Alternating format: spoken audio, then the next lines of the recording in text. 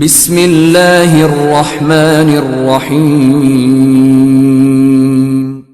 In the name of Allah, the الحمد Beneficent. لله وكفى وسلام على عباده الذين اصطفى أما بعد أعوذ بالله من الشيطان الرجيم بسم الله الرحمن الرحيم أقيموا الصلاة وآتوا الزكاة صدق الله العظيم. معزز سامعین، اس وقت میں آپ کے سامنے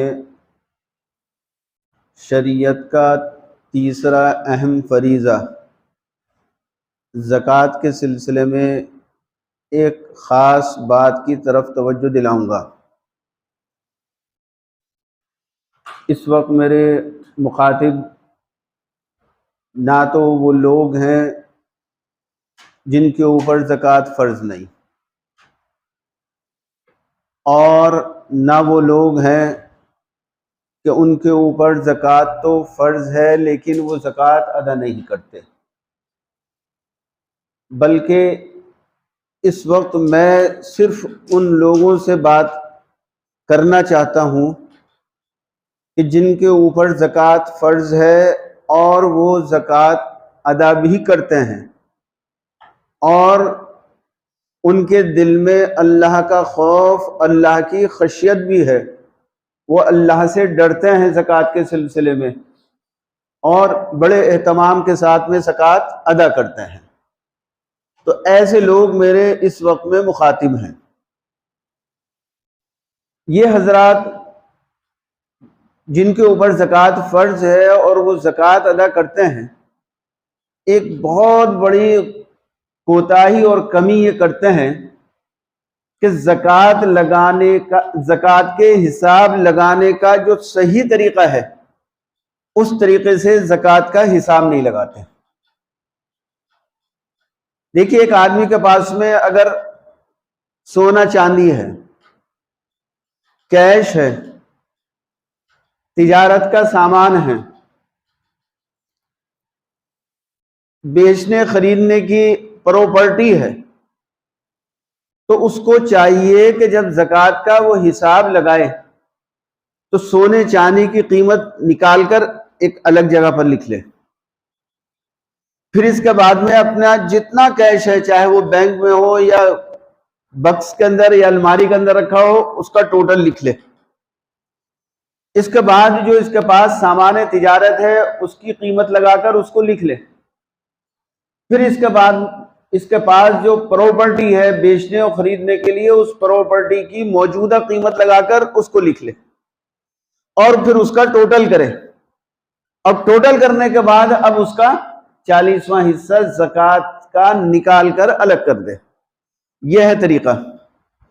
لیکن عام طور سے لوگ کیا کرتے ہیں، بس سوچ لیتے ہیں کہ ہاں اتنی ہے، ہمارے اوپر اتنی زکوٰۃ ہو رہی ہوگی، بس اپنے آپ ایک اندازہ اور ایک تخمینہ لگا لیا اور زکوٰۃ ادا کرنی شروع کر دی. یا بہت سے تو باقاعدہ اتنی بھی زحمت نہیں کرتے اور بس زکوٰۃ کے جو لوگ آتے رہتے ہیں ان کو زکوٰۃ دیتے رہتے ہیں، اور اپنا جب رمضان شریف گزر گئے تو سوچ لیا بس ہماری زکوٰۃ ادا ہو گئی. میرے ایک خاص دوست ہیں تعلق والے، جو باقاعدہ بڑے نیک اور شریف آدمی ہیں، نماز اور تقوی کے پابند، دل میں اللہ کا خوف بھی رکھتے ہیں، حلال حرام کا بھی دھیان رکھتے ہیں کہ کہیں کمائی کے اندر ہماری حرام پیسہ نہ آ جائے. تمام ساری ان کے اندر خوبیاں. ابھی 2-3 دن پہلے ان سے میری بات ہو رہی ہے زکوٰۃ کے سلسلے میں، تو تذکرہ نکلا کہ کس طریقے سے وہ زکوٰۃ ادا کرتے ہیں. تو کہنے لگے کہ مفتی صاحب مت پوچھئے، میرے پاس تو لائن لگی رہتی ہے رسید کاٹنے والوں کی. تو میں کہاں تک کیا تحقیق کروں گا اور کیا حساب لگاؤں گا؟ میرا تو یہ ہے کہ بس جو آتا رہتا ہے میں 100 روپے کی رسید سب سے کٹواتا رہتا ہوں. جو آیا 100 روپے کی رسید کٹوا لی. جو کچھ خاص جاننے والے ہیں ان سے 500 کی بھی کٹوا لیتا ہوں، اور جو ذرا بالکل گیا گزرا لگتا ہے، جو مناسب نہیں لگتا، اس کی 50 روپے کی بھی کٹوا لیتا ہوں. لیکن سب بھی کٹواتا رہتا ہوں، اور میرے پاس میں تقریباً 500-600 رسیدیں ہو جاتی ہیں۔ تو اب اللہ نے بڑی گنجائش دی ہے، بڑی حیثیت کے مالک، تو وہ 500-600 رسیدیں اپنا ہر رمضان کے اندر کٹواتے ہیں۔ میں کہتا ہوں 500-600 نہیں ہوئی، ان کی 1000 رسیدیں ہو جاتی ہوں گی، اور 500 اور 50 کو چھوڑیے، سب سمجھ لیجئے کہ انہوں نے 1000 رسیدیں رمضان میں کٹوائی 100 روپے کی، تو کتنے روپے ہو گئے بھائی ان کے؟ 1,00,000 روپے۔ تو وہ تو یہ سمجھ رہے ہیں کہ میں ہر آنے والے کی رسید کٹوا رہا ہوں اور 100 روپے سب کو دے رہا ہوں، میرے پاس تو رسیدوں کے ڈھیر لگے ہوئے ہیں، لیکن رسید کتنے کی کٹی ہے پورے سیزن میں؟ 1,00,000 روپے کی، اور میرا اندازہ یہ ہے کہ ان کے اوپر لاکھوں روپے کی زکوٰۃ ہوتی ہوگی۔ تو بیچاروں کو چونکہ حساب نہیں معلوم صحیح طریقے سے کہ زکوٰۃ کا کیسے حساب جوڑا جاتا ہے، تو وہ غلطی کر رہے ہیں۔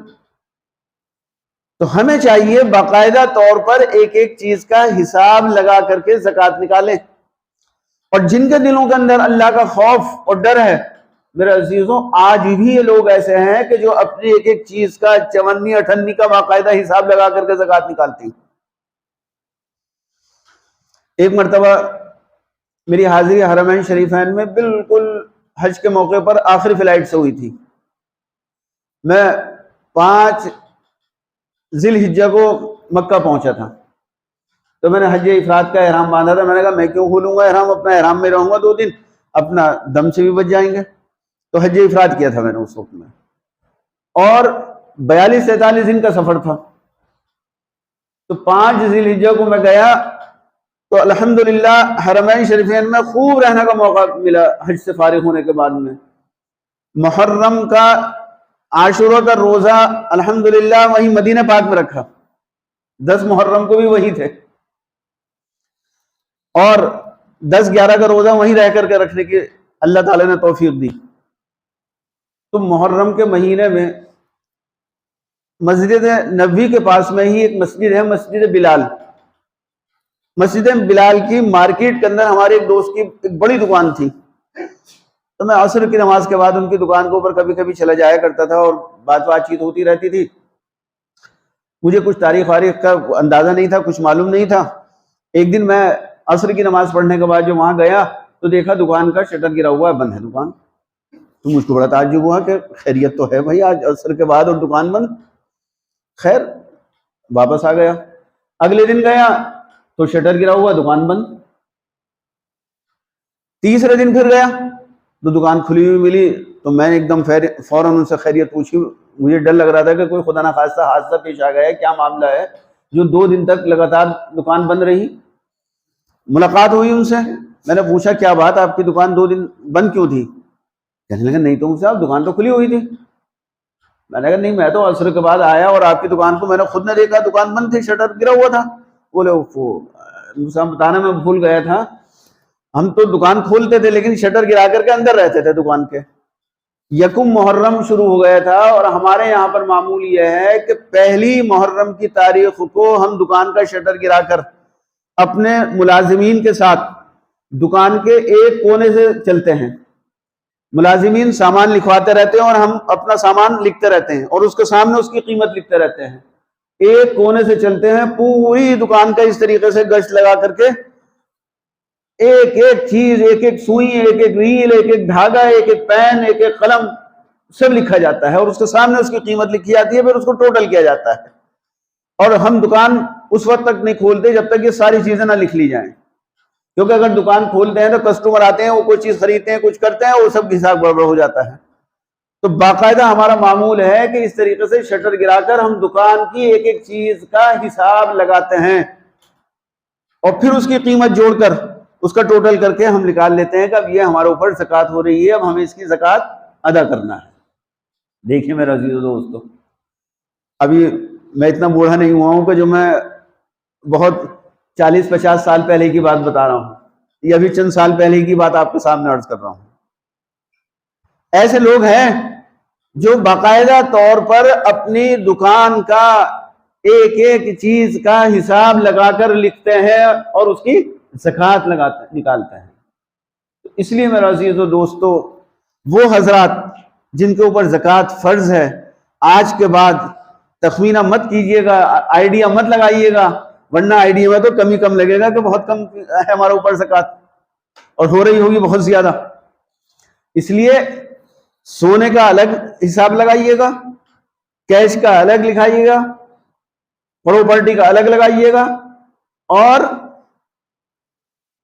تجارت کا جو سامان ہے اس کا الگ لگا کر سب کا ٹوٹل کر کے پھر نکالیے گا کہ زکوٰۃ ہماری کتنی ہو رہی ہے، اور پھر اتنی زکوٰۃ اس کے مستحقوں تک پہنچائیے گا۔ یہ ہے زکوٰۃ نکالنے کا صحیح طریقہ۔ اللہ پاک مجھے، آپ سب کو اور تمام امت مسلمہ کو صحیح طریقے پر شریعت کے مطابق اپنے مال کی زکوٰۃ نکالنے کی توفیق عطا فرمائے۔